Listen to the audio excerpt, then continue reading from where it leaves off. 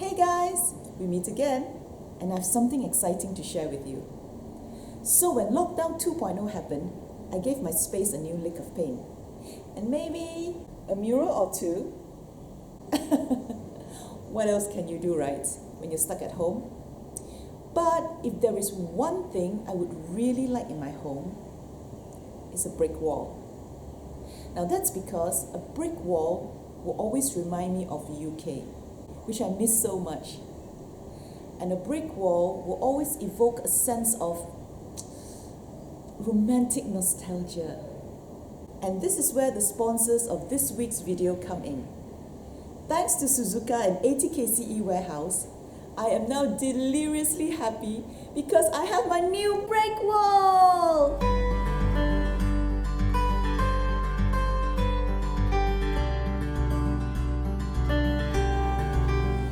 Today, we're installing brick veneers, or brick slips if you watch YouTube videos.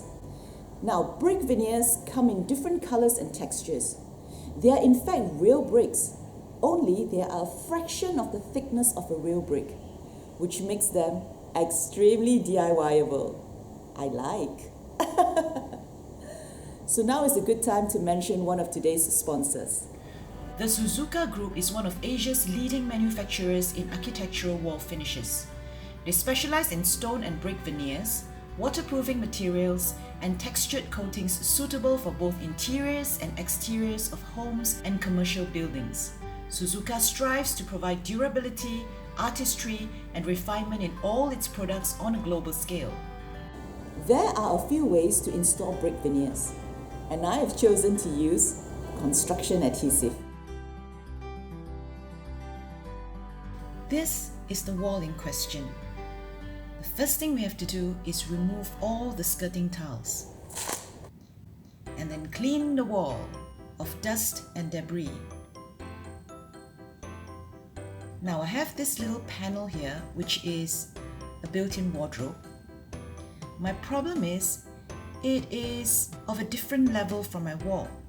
My solution is to add plywood to level up the surfaces.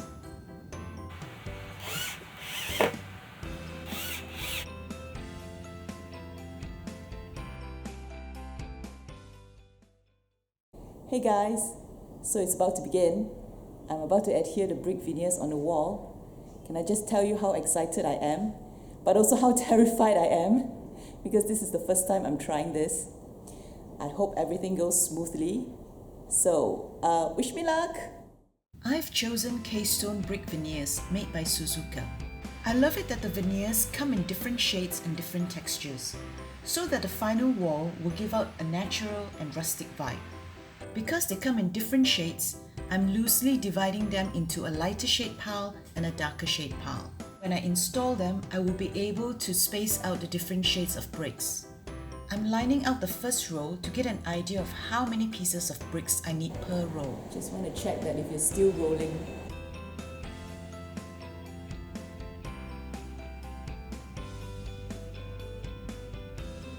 I'm adding some construction adhesive to the back of the bricks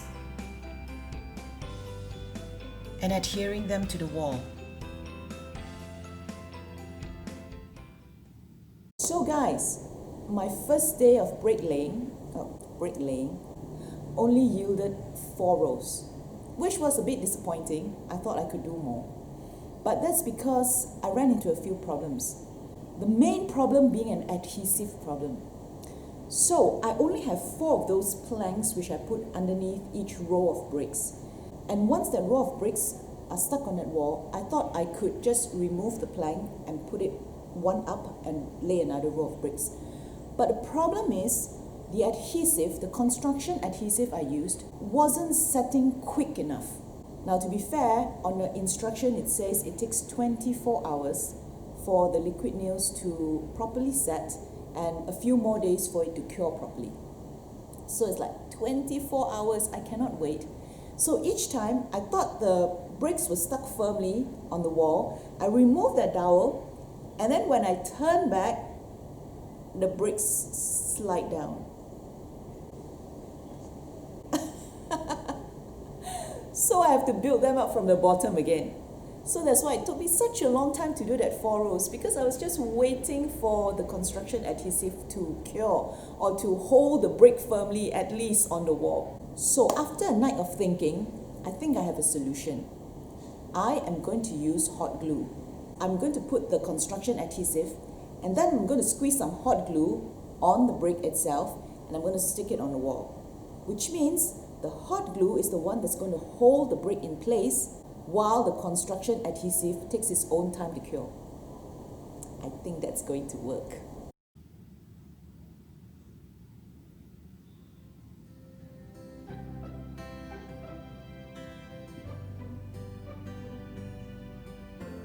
The wooden planks act as my spaces in between each row.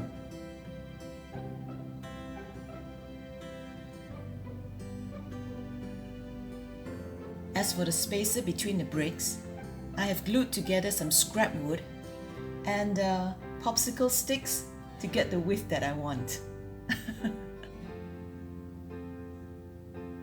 So here you see I'm adding hot glue as well. I really hope this trick works.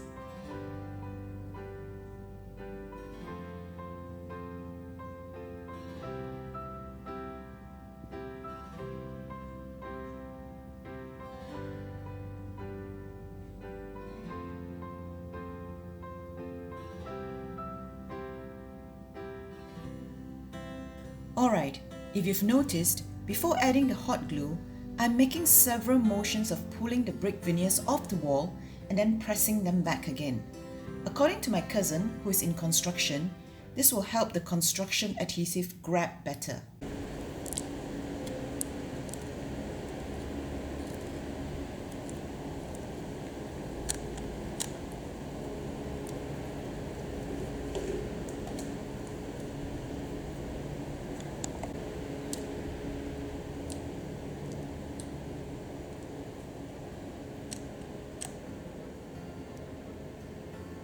Guys, I must say, the hot glue works like a charm. I'm definitely able to work faster.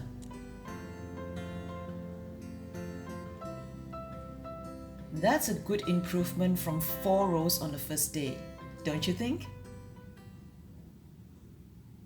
Guys, sticking all those brick veneers on the wall took me like forever. It took me about 6 days, I think. 19 boxes of Keystone brick veneers. Luckily, I don't have to lug them up from the car park. Now that is because they were delivered straight to my house on the 8th floor by ATKC. Now for someone like me who loves to do DIY but don't necessarily like to lug all those stuff up from the car park, ATKC's online store is my perfect place to shop. It is like my very own toy store with delivery. And if you'd like to know more of the products that ATKC carry, Mr. Uncle Gay, the founder of ATKC, also has a YouTube channel. I will link his YouTube channel below. Please go and give him a visit. Alright then, let's get back to work. Finally finished sticking all the full pieces of brick veneers onto the wall. I now have to tackle the half pieces on the edges and around the electrical switches, which means I have to cut the brick veneers. Luckily, I have a cousin who has an angle grinder and a diamond cutting wheel that I can borrow.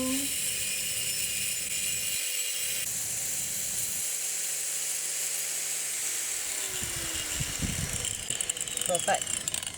That's my cousin Michael. White color. So thanks to my cousin Michael, we managed to cut all the bricks because he's got a grinder and he's got a diamond wheel. So he came all the way to his place to borrow it, and then we managed to cut everything. Now we're bringing it home, and then we're going to stick the last part of the tiles on the wall. Yay! I'm undoing the electrical switches so that I can slip the cut brick veneers into place.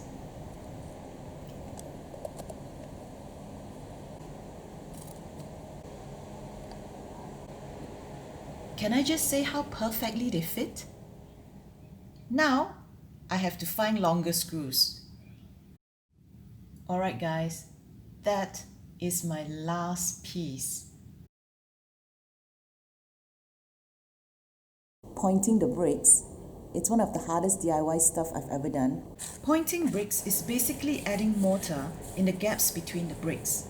But before we do anything, we have to mix the mortar. So this is a pre-mixed mortar. We just have to add water. I like it to resemble like a chunky peanut butter. So I'm treating this like creaming a cake. I'm going to add the mortar into a piping bag, and then I'm going to try and pipe the mortar in between the gaps.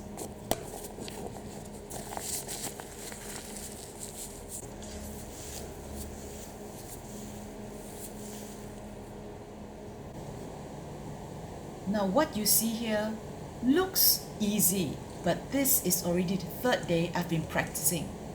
You should have seen the first 2 days. It was a mess. So I like to pipe the horizontal lines first and then the vertical lines, because that way it gives the vertical lines something to catch on to. And I like to pipe the vertical lines down to up. After piping, I will let the mortar set for several minutes. And when it becomes a little bit firmer, I would slide my finger across the mortar to compact it into the gaps.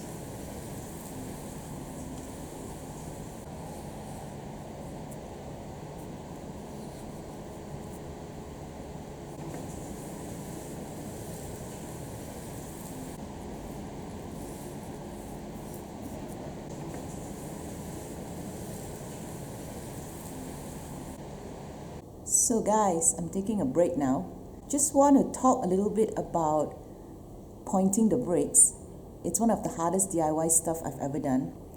So when you watch YouTube videos, right, you see all these apparatus that the Matsale has.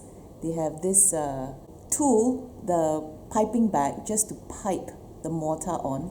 And they have this thing called a jointer, and it's got these curves, so that when the joints kind of dry up, you have to press the mortar in. And I tried to find all these things in Malaysia, and there are none here. I can't find it anywhere. I can't find it online. I can't find it in Shopee. I can't even find it in Ace. So I had to be a little bit creative. For piping the cement in, I used silicone piping bag, which my friend bought for me. This is for cake, for cream piping. And then for the jointer, I tried so many things. I tried, let me show you, craft stick, metal rod that I had from my jewelry making, stone. Look, I even bought this thing. I don't know what this is, this huge industrial hook, because I thought this one looked really like the jointer I saw on YouTube. All of this didn't work as well as my finger. So now I'm using my finger to push the mortar in, but of course I'm wearing gloves. Pointing bricks really takes a bit of practice to get a hang of it.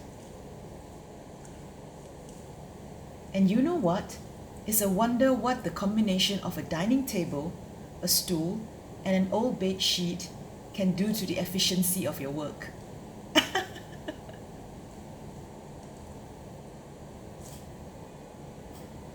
The final step is to clean the excess mortar off your bricks. And then step back and marvel at your hard work.